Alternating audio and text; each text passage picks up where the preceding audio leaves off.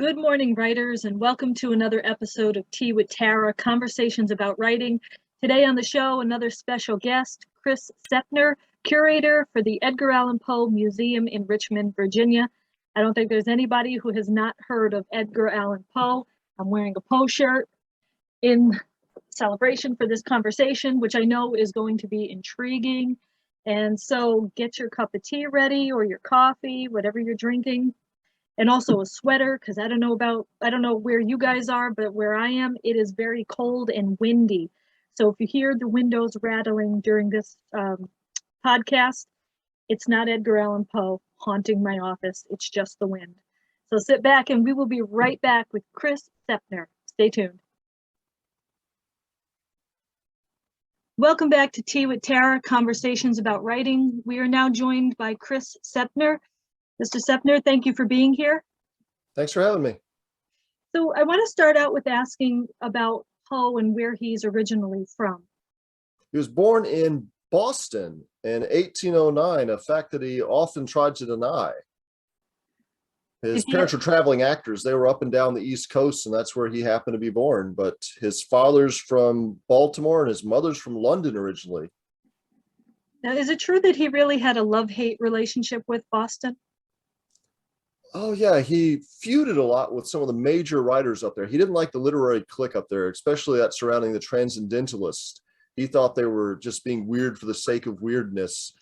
And they complained that his works didn't have any moral value to them. They didn't teach you a lesson. They didn't edify you. You know, art should teach you something. And he said, no, art should entertain you. It should affect the emotions. It should be beautiful for the sake of being beautiful. And Emerson famously dismissed Poe's, oh, that old jingle man, because he thought he only cared about beautiful poetry.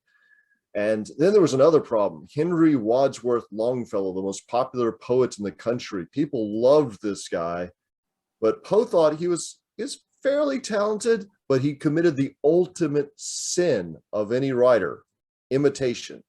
And in review after review, he accused Longfellow of plagiarism. He'd point out specific lines he thought were too close to somebody else's poems.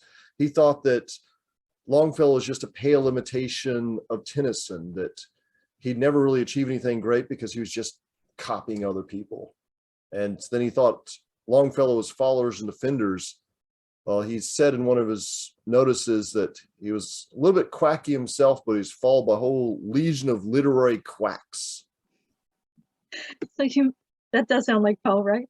You mentioned that his parents were actors on the stage. Did Poe ever consider being an actor, or did he ever appear on the stage? Well, actually, he found out towards the end of his life that he could make a lot more money performing his works than publishing them. So The Raven got him about $15 the first time he tried to get it published in the American Review. And then he was able to pick up little bits here and there, about $5 for Annabel Lee. But he could make $100 in one night, a whole year's rent in a single night, by going on stage, lecturing about poetry, and of course, reading his new poems. And everybody wanted to hear The Raven. That was his big hit. So he would travel the country to sold out auditoriums, to Athenaeums, performing The Raven, also the works of Byron and Shelley and other poets. But yeah, The Raven was his big hit, and little kids afterwards would fall around going, nevermore, nevermore. He'd flap his arms like a big bird. It's a catchy phrase, right? Yeah. Couldn't go anywhere without people noticing, oh, there's Edgar the Raven Poe. You'd even go to a play and the actors on stage would mention nevermore, and they'd all look at Poe down there in the audience. What was his educational background? Well, he went to some of the academies here in Richmond, Berks and Clark's, in preparation for university study. He also, when he was 6 years old, followed his foster parents over to London and spent 5 years of his childhood studying in schools over there. One was Bransby's Manor House School, which became the setting for part of the story William Wilson. So he got a good exposure to the classics, to Greek and Latin, and also to geometry and accounting and navigation.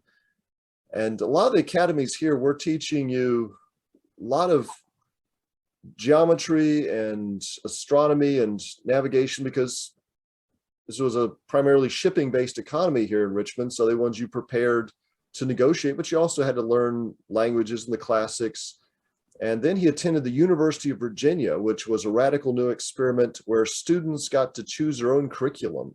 And it was the first secular college in the New World. So here was Poe at a college that wasn't church-based, and you could pick what you wanted to study. And he from early on said, I want to be a poet, which could make a living as a poet. Even today, it's pretty difficult to make a living as a poet. So poets of his day had family money, or they were professors. And he said, oh, I should be a professor or a teacher. So he studied ancient and modern languages, probably with the idea that he was going to become a professor someday, like old Henry Wadsworth Longfellow, a professor at Harvard. Or maybe he'd go into law, because some of the writers of those days were lawyers. You had to make your living doing something. They kept their day jobs. But Poe only stayed at the University of Virginia for one term, because apparently they want you to pay your bills there. And he showed up with about he wasn't known for that, right? Yeah, spoil sports. So he's got a third of the money he needs to cover tuition and room and board. So he started borrowing money, couldn't pay off the money he borrowed, so he started gambling. Before you know it, he had about $350 of expenses, but he was $2,000 in debt. So he only stayed at UVA for one term, came back here, ran away from home, and he didn't continue his education for another 2 years. He was an enlisted man in the U.S. Army, so he was an artificer, so he learned about gunpowder, explosives, really technical field, because you had to make sure that the projectile arced at just the right point so that it hit its target, didn't detonate too early. And then he went to West Point and was a pretty good student there briefly before he got himself kicked out. He didn't even last a whole term there before they kicked him out for gross neglect of duty and disobedience of orders. Not Poe. Yeah. And we know while he was there, from at least one of his textbooks has been identified which textbooks he was using, and he was studying physics and, again, astronomy, navigation, mathematics. And somewhere along the line, he picked up cryptography, which played a big role in his writings, because he was very interested in secret writing, cryptograms, right, and wrote The Gold Bug, which is a treasure hunt mystery solved by decoding a cryptogram. Now, at some point, he, after his mother died and his father abandoned him, correct? He went to live with the Allens. Is that how he ended up in Virginia? Yeah, that's how it ended up. His mother happened to be performing in Richmond, and she came down with tuberculosis and died a month before his 3rd birthday. So he never really knew his mother or his father. And fortunately, his mother was a famous actress. People around the country knew who she was. And her acting troupe advertised in the paper. They appealed to the humane hearts of Richmond in this time of need to start caring for Mrs. Poe. So local society ladies, people who wouldn't cross the street to say hi to an actress like that. You know, actresses were considered not much more than prostitutes back then, the lowest of low. Even Poe had to bear that stigma growing up of being an actress's son. Well, society ladies started bringing her meals and taking care of her. One of them was Frances Valentine Allen. And she took a liking to little Edgar, so she offered to give Edgar a home after his mother died, but his brother and sister went to live with different families. His sister lived with the McKenzie family, also here in Richmond, and his brother, they'd already left him up in Baltimore with the Poe grandparents up there, so they left him in Baltimore where he grew up. Did he have a close relationship at all with his siblings? Yeah, his sister seems to bug him a little bit when he was growing up. She apparently was the kind of person who liked to follow him around. Even as an adult, apparently he was seeing one of his lady friends, Elmira Shelton, and his sister Rosalie just made a surprise visit and just said, I just wanted to see the look on your face, to see how happy you'd be to see me. And so apparently growing up, she was a bit of a nuisance for him, but she was the little kid's sister, so maybe that's understandable. His older brother, Edgar, seems to have idolized him, but didn't really know him too well. They corresponded, but they met a couple times while Poe was growing up. He visited Poe in Richmond and even got to meet Poe's girlfriend, Elmira, the same Elmira he was seeing when he was 40 years old. Different, there's a break in the middle there, though.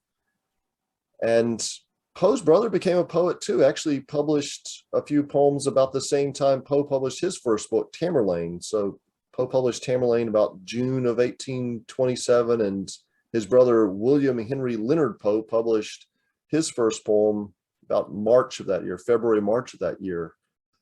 And then he couldn't make a living off his poetry either, became a sailor.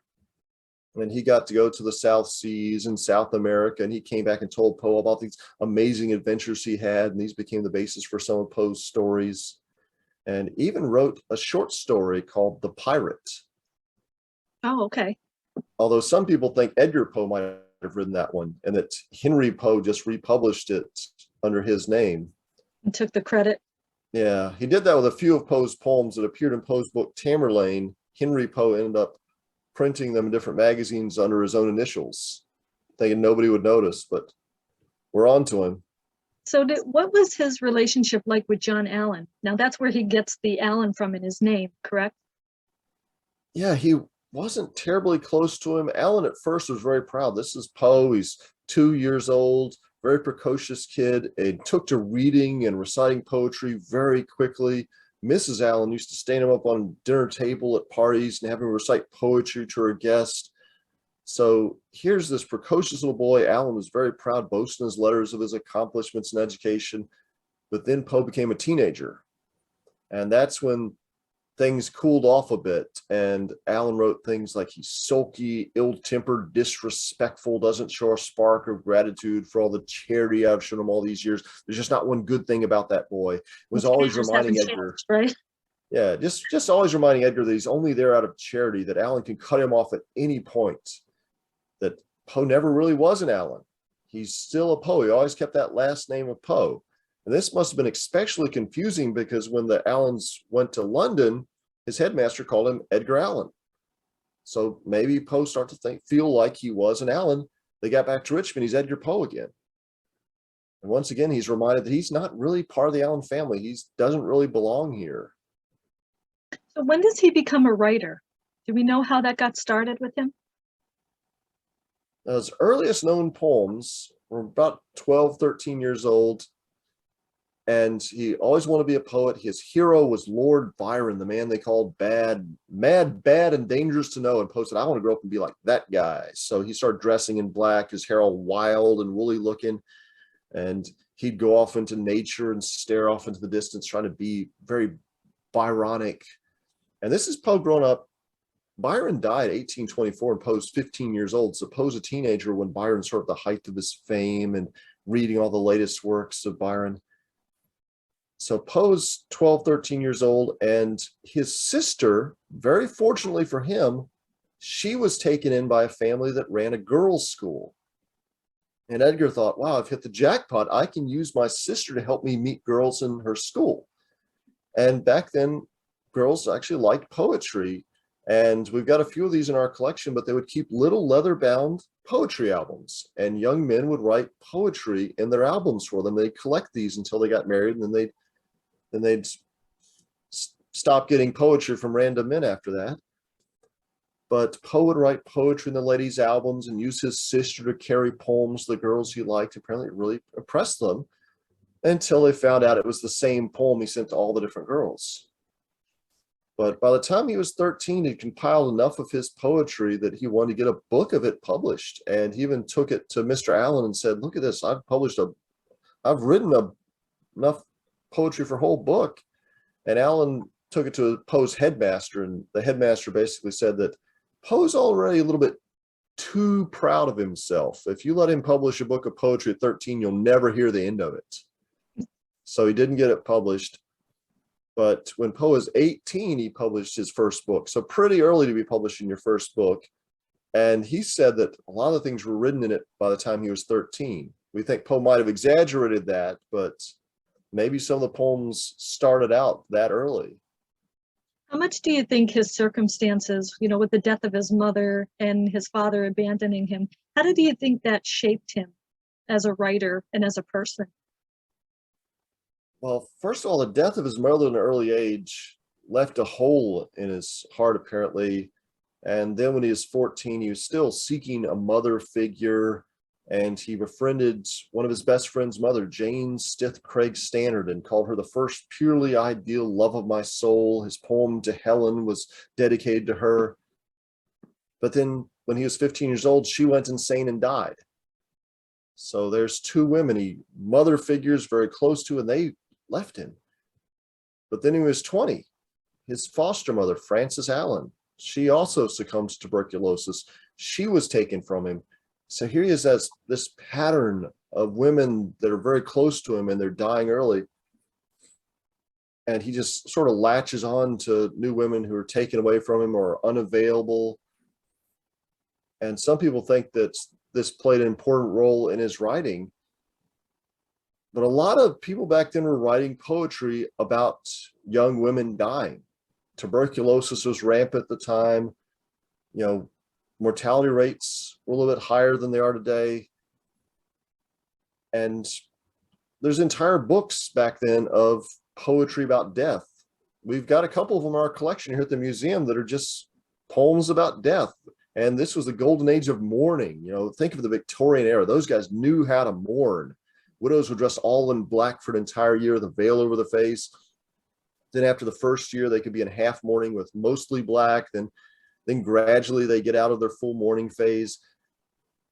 And people knew how to mourn. They knew how to grieve. So they had entire books of poetry about this. But I've looked through them and haven't found Poe's poetry in them. Because those books are full of poetry about how we'll be reunited with our loved ones on the other side, that you shouldn't lose hope, that death is only a door to another world. But Poe's poems are more about how we're just worm food. The play is a tragedy man, its hero, the conqueror worm. Or there's a great line from The Sleeper, oh, the lady sleeps, soft around her may the worms creep. It's a kind of disgusting little line there in a poem from the, the 1820s. And even The Raven, his most famous poem, we've got that theme of a beautiful young woman dying. He said, the theme of a beautiful young woman dying is that theme most ideally suited to poetry. It sounds morbid at first when you really think about, oh, that sounds pretty morbid. And you realize everybody was writing about that theme back then. It was the theme to write about. But Poe's reasoning was that poetry should be beautiful. No longer should poetry have to teach you anything. No longer should it edify you, make you a better person. No longer should it be slave to didacticism. That poetry should just be beautiful. And how do you know it's beautiful? Well, he said, well, you can't measure beauty. How do you know what's beautiful? He said, beauty is that which stirs the sensitive soul to tears. So you know beauty by the way it makes you feel. And beauty made him feel melancholy, made him feel despair.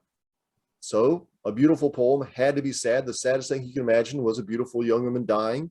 And he thought the theme allied beauty with death all in one, perfect combination. And then when you read The Raven, still think about that theme of Poe looking at death in a different way.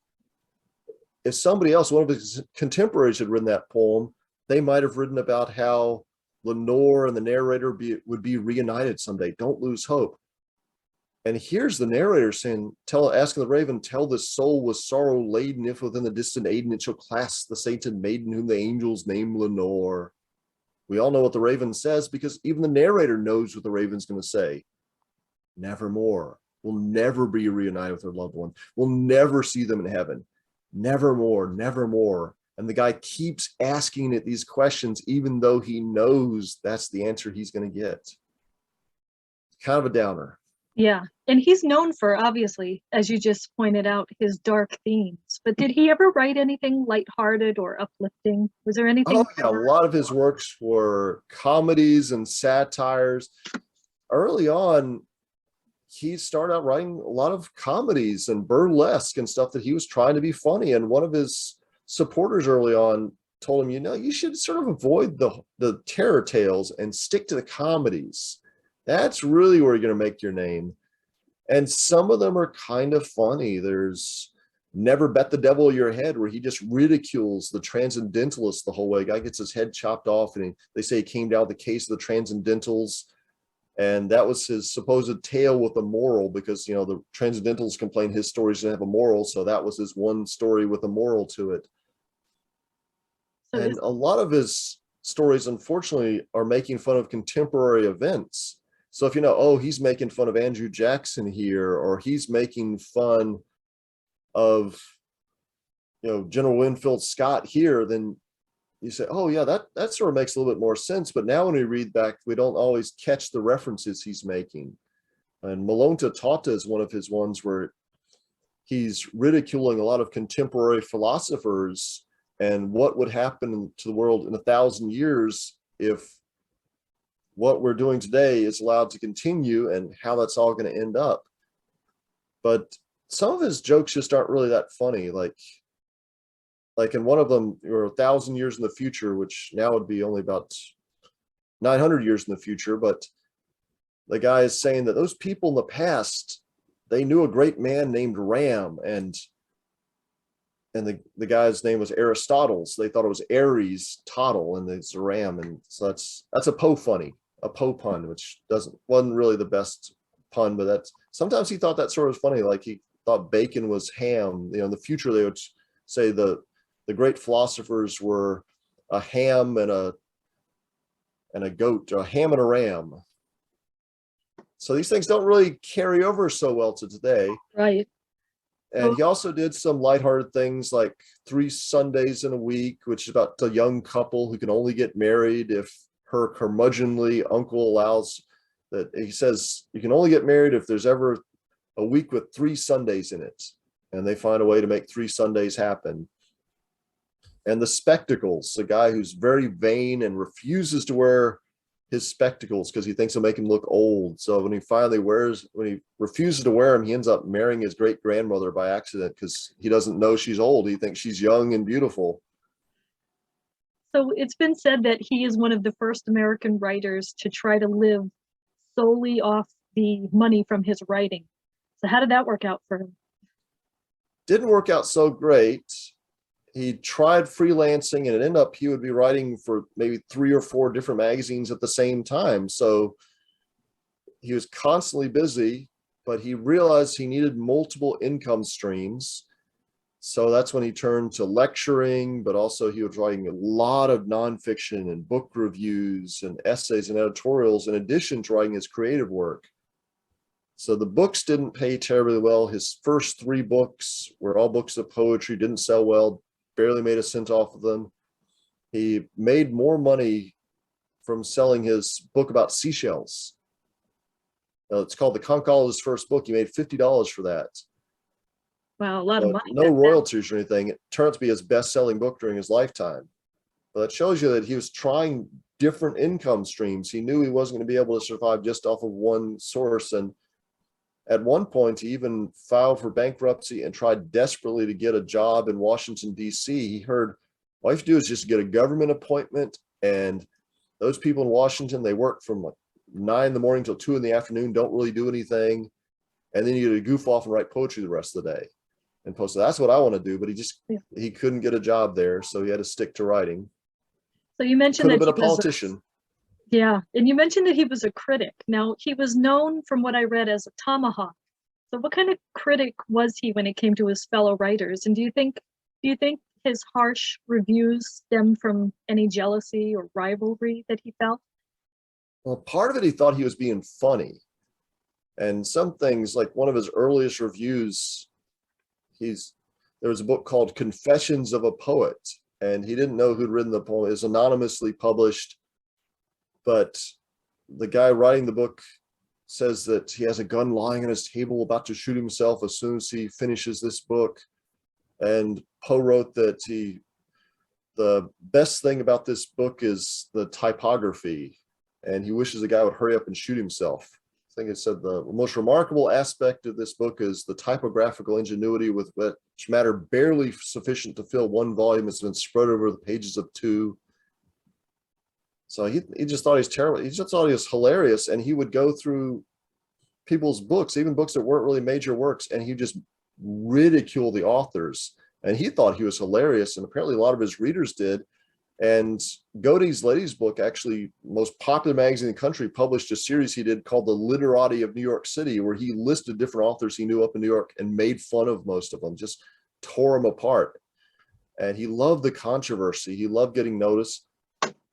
But he also thought that American literature was still sort of in the backwater, still provincial, still dependent upon the example of the British.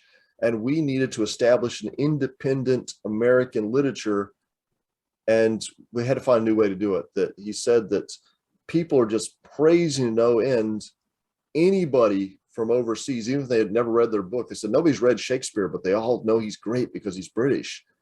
And then the surest path of success is to get your work published over in London, then people accept you. But he also complained that some American writers, Americans just love them just because they're American, just because they wrote about American settings. He said that, James Fenimore Cooper didn't understand plot, could barely write, but they liked him because he wrote about American topics. He said that Washington Irving was the most overrated writer in America. And then he also asked Washington Irving to contribute to his magazine. So he played at both sides. Sometimes he had personal feuds, or sometimes he was just trying to hold up American literature to a higher standard. He really was after this practice of puffing or puffery, where a magazine would puff up a new American book. It hadn't even been released yet, but they'd say how great it was. And Poe pointed out a case of puffery in which the New York Mirror was puffing up a book that had been published by one of its editors. And the editor sort of kept his name out of the press at first so that people wouldn't know that he's the guy who's praising his own works, and that his friends weren't all puffing it up. So he wrote a whole piece ridiculing the process of puffery, and wrote stories tearing apart puffers and puffery of all forms. So Poe really thought he was holding up American literature to a higher standard. Did he have any friends in the literary circle at all? Oh yeah, lots of friends, and a lot of Philadelphia writers liked him. He had enemies, and powerful enemies, like Rufus W. Griswold, who was the anthologist who compiled the Poets and Poetry of America, the Female Poets of America, the Prose Writers of America, one of the most popular and powerful anthologists in the country. And Poe unfortunately made enemies with him. But he was also friends with other important publishers like N.P. Willis or George Rex Graham. And he was an early supporter. Just because he ridiculed a lot of the authors didn't mean he didn't really praise a lot of them. He praised Hawthorne early on in his career, saying this is how you write a short story. This guy knows what he's doing. His Twice Told Tales really get it right. He also was an admirer of Charles Dickens. And when Dickens came to the United States, Dickens made a point of meeting with Poe. He sat down for an interview with him. They chatted, and they discussed their mutual need for an international copyright. And Poe continued to write him after Dickens had gone back to England. Poe also corresponded with Elizabeth Barrett Browning, loved her work, and dedicated his book, The Raven and Other Poems, to her. And he always used to show off the letters she'd sent him, thanking him for dedicating the book to him. Although secretly she told Robert Browning that she didn't know how she felt about having a book of poetry like that dedicated to her. Here's How Do I Love Thee, Let Me Count the Ways, and here he's writing about conqueror worms. So he's remembered as an alcoholic, obviously, and a gambler. But do you think his personality was a little bit, do you think scholars or people have exaggerated his personality a little bit? Or do you think he really was that dark and that troubled? No. Well, this fellow Rufus Griswold, after Poe died, Griswold talked Poe's mother-in-law into signing the rights to all of his works to him so that he could compile the complete works of Edgar Allan Poe.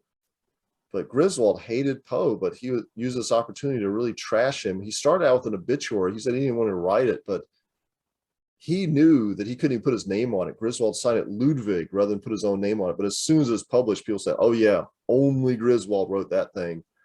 It started out, Edgar Poe is dead.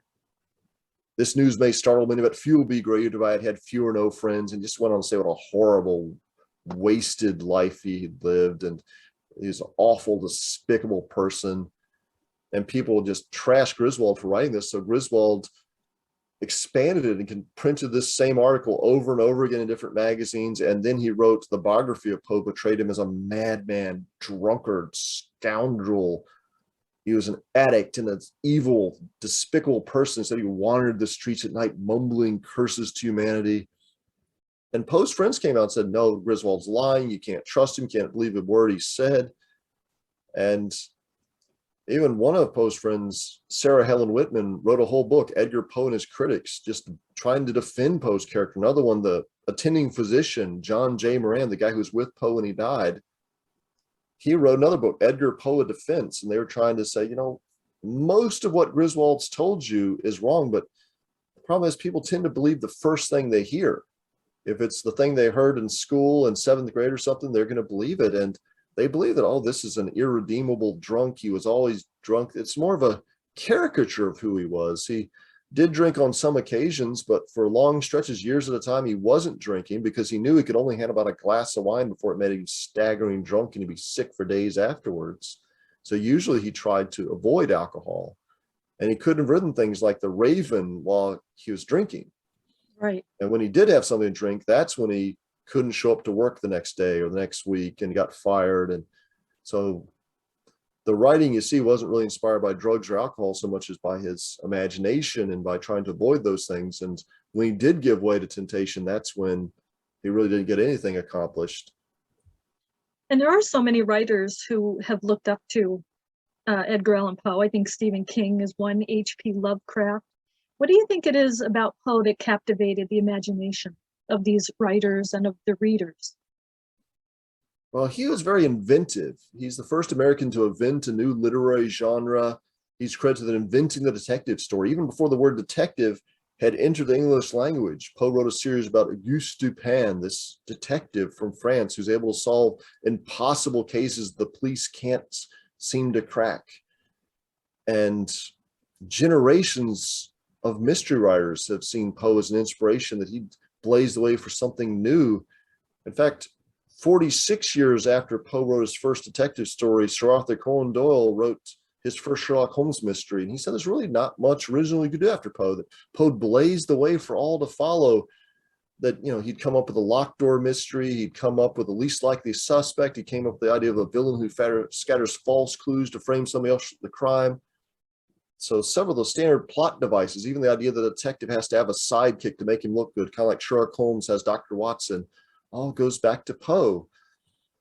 But then the science fiction front, Jules Verne, the father of science fiction. He was about 7 years old when Poe published Hans Fall, which is about a trip to the moon. And Verne grew up reading Poe's scientific tales. They weren't called science fiction yet. That's a 20th century term. But Poe called them his scientific tales because he would use real science, to whatever extent they had it, to make the impossible seem possible. He'd write about the future and what life's going to be like in the distant future. And he wrote about one story, The Facts in the Case of M. Valdemar, about using the new science or pseudoscience of animal magnetism to mesmerize a man at the moment of death, keep his mind alive after his body was dead, so they could communicate with him after his death. That was so realistic, it made into medical journals in Poe's day and was reprinted as a true story. In London, appeared in the Popular Record of Modern Science. People thought, man, this is a new scientific era, but Poe's just, no, it's just hoaxes. I'm making up. He actually convinced the city of New York that somebody had crossed the ocean in a hot air balloon. And a few days later, they figured out, oh yeah, this is a complete hoax, but Poe was able to trick people with the really serious scientific sounding tales. So Jules Verne deemed him the master of the cult of the bizarre and understood that he's doing something new and different. There's great inspiration in Jules Verne. When it came to horror writers, Poe is also doing something different. If you read the early Gothic tales like Horace Walpole, The Castle of Otranto, things like that, they're sort of meandering and they have trouble getting to the point. They're more of a series of shocks. And then if you read something maybe like Mary Shelley's Frankenstein, she said how, she was inspired by a dream she had, this deathly figure standing over her in her sleep. But that scene takes place way off at the end of the book, and you have to take a long time to get there. Whenever you see a new character in the novel, you have to learn everything their grandparents and parents did before them. And Poe said, you need to cut all that stuff out, get to the essence of it.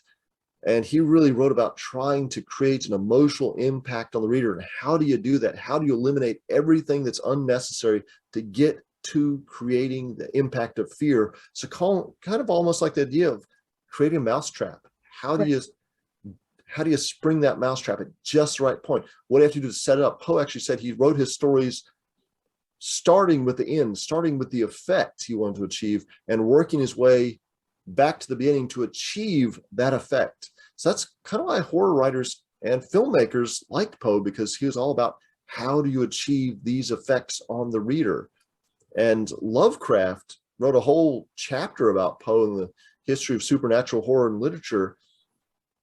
And what he liked, and some other horror writers liked, was that he'd flipped the script on things, that tales in Poe's day had a moral value to them. The hero must be rewarded. Virtue must be rewarded. Villainy must be punished. The good guy should win. The villain should lose. But Poe flips the script and say stories like The Cask of Amontillado. The narrator is the murderer. He is the villain. He gets away with this crime and is never punished. He's telling you the story 50 years later and joking about it, having a good old time talking about how he tricked this guy. And Hop Frog, the same thing. The murderer is the hero, and he's the sympathetic character. He's the character we root for. We don't mind when he sets the king and his 7 ministers on fire, because we can sympathize with him. We understand where he's coming from. So Poe started to, without judgment, get inside the minds of these killers. And that's what some of the later horror writers really responded to. So he really added, I would consider him the first person to add a lot of shock value, right, in his writing.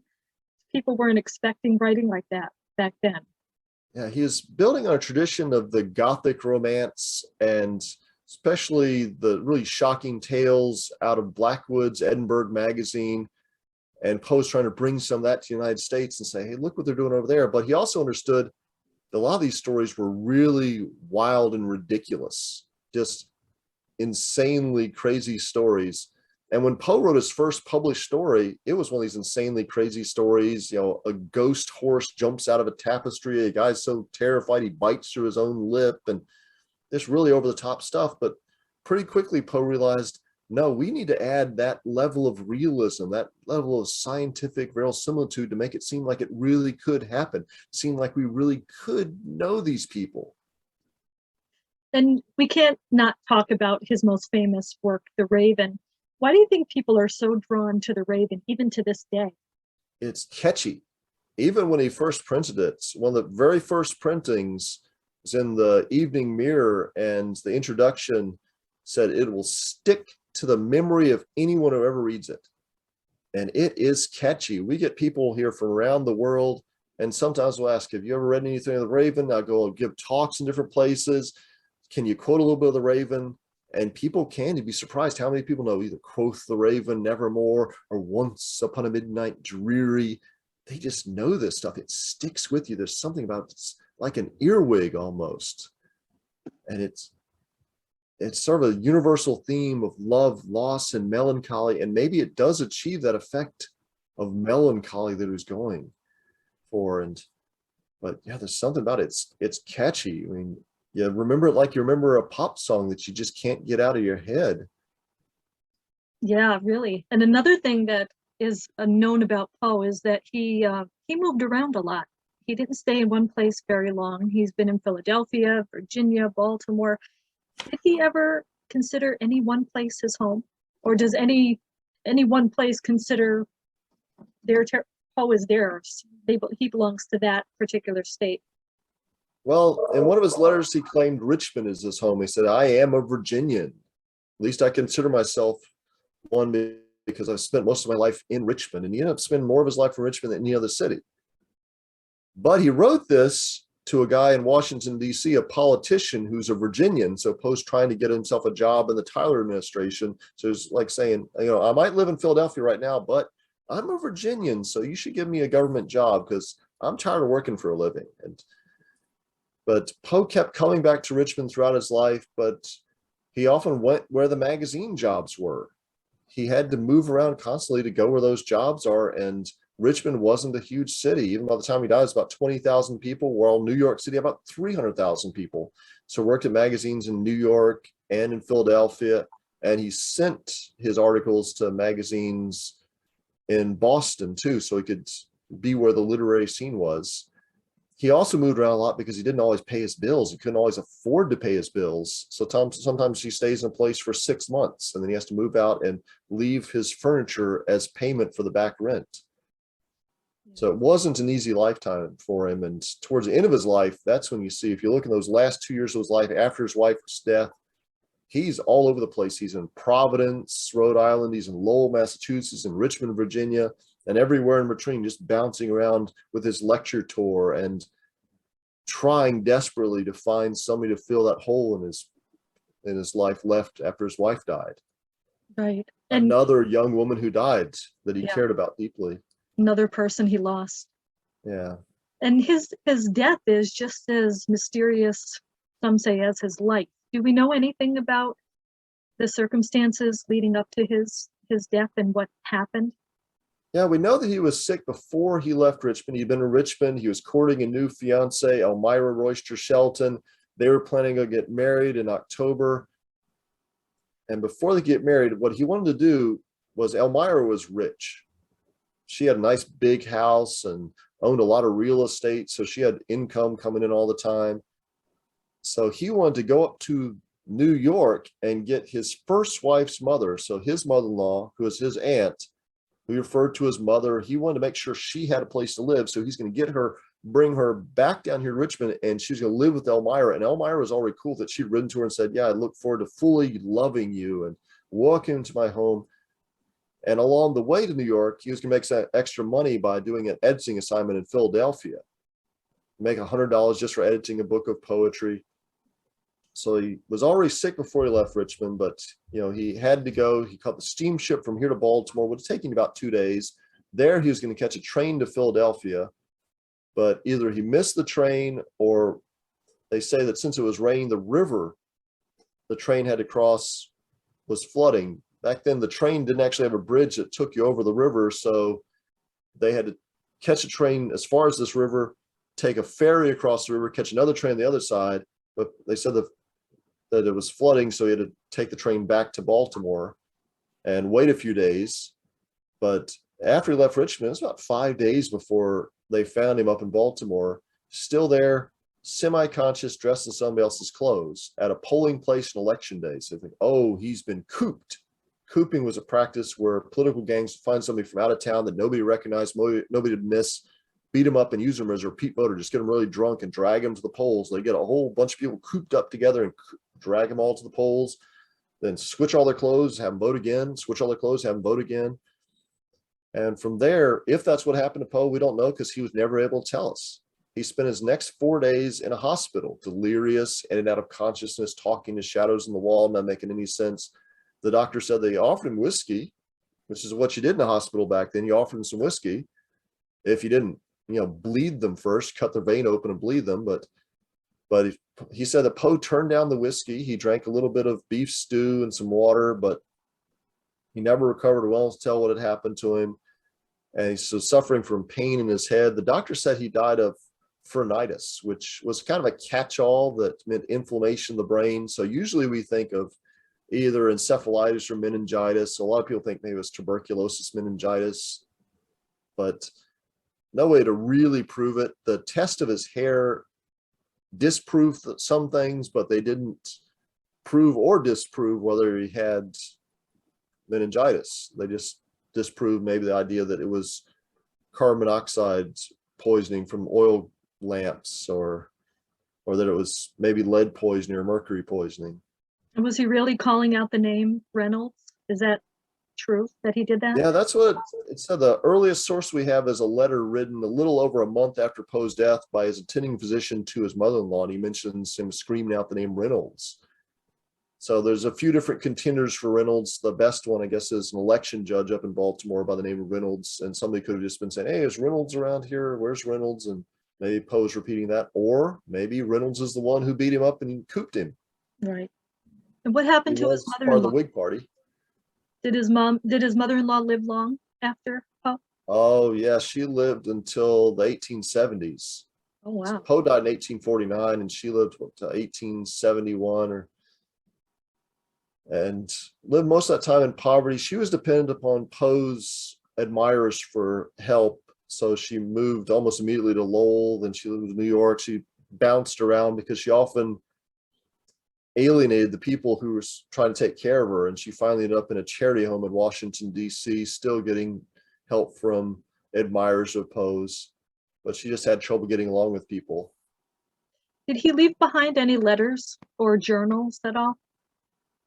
Uh, no journals. His mother-in-law destroyed some of the most personal letters. She said she didn't want anybody to read, and she thought she might be tempted later on when she was in desperate straits to sell them. So she said, I just have to destroy them. But left lots of letters to people. So you can read them. There's collections of his letters that are out there, and you can see a lot of them online. And unfortunately, we don't have a journal from him. We do have one little bitty manuscript that's his autobiography. He wrote about 1841. So it's autobiography up until the age of 32. And he just made up most of it. He lied about his age, so he seemed younger than he was. He seemed like more of a child prodigy. He says he graduated first in his class at UVA, then taken off to Europe to fight the Greek Wars of Independence, but was captured and sent to St. Petersburg, Russia instead. And this wild stuff he's making up because he's crafting his public image. So you have that at your museum? Yeah, we have that at the museum. When Rufus Griswold was compiling the Poets and Poetry of America, Poe sent him this. So this is my life story, and that's what got published in the book. So he doesn't have any descendants, I assume. No, he never had any children. So there's no direct descendants. His sister and brother never had any children either. So when we talk about the Poe relatives, we're usually talking about the descendants of different cousins, like his cousin Eliza Rebecca Herring or other people like that. And they're the ones, these cousins, who took care of Poe's mother-in-law after Poe died. And they inherited a lot of her things. And that's how we got some of the things in our collection. Poe's sister outlived him by quite a bit. She lived to about 1874. And she'd inherited some things from Poe, including his trunk. And those things got passed down to her foster family since she'd never married, had any children. They went to the Mackenzie family that took her in. And that's how some of those things got to the museum. And how did you become acquainted with Poe? Do you remember the first time? Did you grow up reading him? It's probably about 5th grade, and our school librarian, we would see the librarian once a week. And a little trailer, because they didn't have a building for the library, just kind of a corrugated metal building there. And she exposed us to his comedies. So that's when it started out with Never Bet the Devil Your Head and Hop Frog. And I thought, this is kind of a funny writer. Here's the System of Dr. Tar and Professor Feather and all these humorous tales. So I started out thinking, oh, he's kind of a funny writer. And by the time you get to the Cask of Amontillado, then you start to see, oh yeah, there's the humor there. Poe hasn't forgotten about the humor. Can you tell us a little about the Poe Museum and what people can expect when they come and visit? Well, the museum is turning 100 this year, 2022.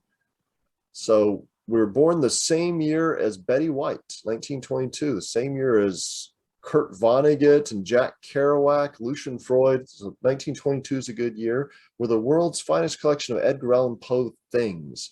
So we've got personal possessions, the things he carried with him, like his pocket watch, his penknife, his clothing. We even have Poe's socks. If you can imagine that, we're the only place that has any Poe's clothing that survived. You can see his beautiful silk waistcoat, the trunk in which he carried most of his possessions at the time of his death, even his walking stick. We're covering 4 different buildings full of stuff, and they take you through his life.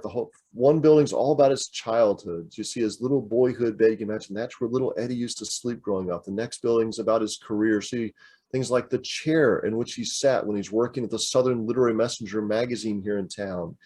You'll see the penknife he used to sharpen his quill pens that he wrote. And you see letters, you see close-up of Poe's handwriting, his first editions, his magazine printings. We've got one building that's all about Poe's death, those final days, those things he was carrying with him. You'll find out what was in his pocket when he died. You'll find out a little lock of hair cut from his head after he died. We've got it in there. So it's great to just explore, and really tells the story of Poe's life, but we always like to combine the life of the literature, show how his environment impacted the things he's writing and how the things he wrote impacted writers even to our day. And not just writers, filmmakers, visual artists, dancers, all sorts of art forms have been inspired or influenced by Poe. And how can we connect that? Because Poe's story isn't over yet. We're not talking really about something that happened 200 years ago. Poe's story is continuing every time they make a new film based on Poe's works or a new opera. There's actually a new Netflix series coming out in the fall based on the fall of the House of Usher. So it's still going on, and we can still be part of it. So that's what we're about. We're not strictly a history museum, not strictly an art museum. We're a literary museum, and we're all about how literature is continuing, that the things that he wrote 150 years ago, 170 years ago, are still impacting us today. What are the days and times that people can visit?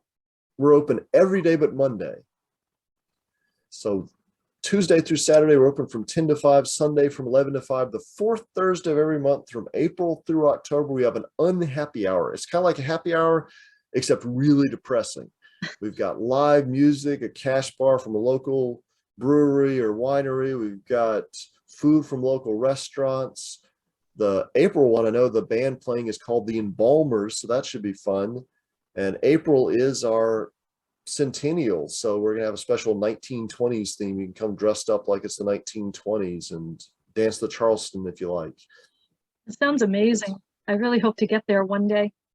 So yeah, got to come on down. Yeah, I do. One last question about Poe. What do you think he would feel, or how do you think he would feel about still being talked about, or that I'm wearing his shirt, or that there's bobbleheads and movies? What do you think he would say about all that? Oh, he would have called it when he was about 20. He wrote to a critic and said that, I'm young, not yet 20, but he said that he could achieve greatness. He knew he would achieve something great if he could just put in writing just one half of all the ideas afloat in his imagination. He knew that he had this huge imagination and the possibilities were limitless. And I hope that's a good lesson to everybody who visits the museum or all the school groups that come here, that your only limit is your imagination if you can just unleash it. Right. Yeah, he is an inspiration to all writers, to all readers.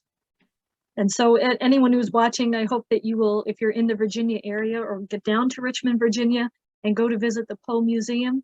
Mr. Semtner, thank you so much for being on the show today. Well, thanks for having me. Thank you. I look forward to coming down and seeing you in person. We'll see you here. Thank you. So that concludes another episode of Tea with Tara, Conversations About Writing. I want to thank my special guest, Chris Semtner, the curator for the Edgar Allan Poe Museum in Richmond, Virginia. If you have not been there, please go there. I certainly plan to. And I want to say to all of my writers, happy writing, and keep reading Edgar Allan Poe, or he may come back and haunt you. Just kidding. Thank you. See you next time.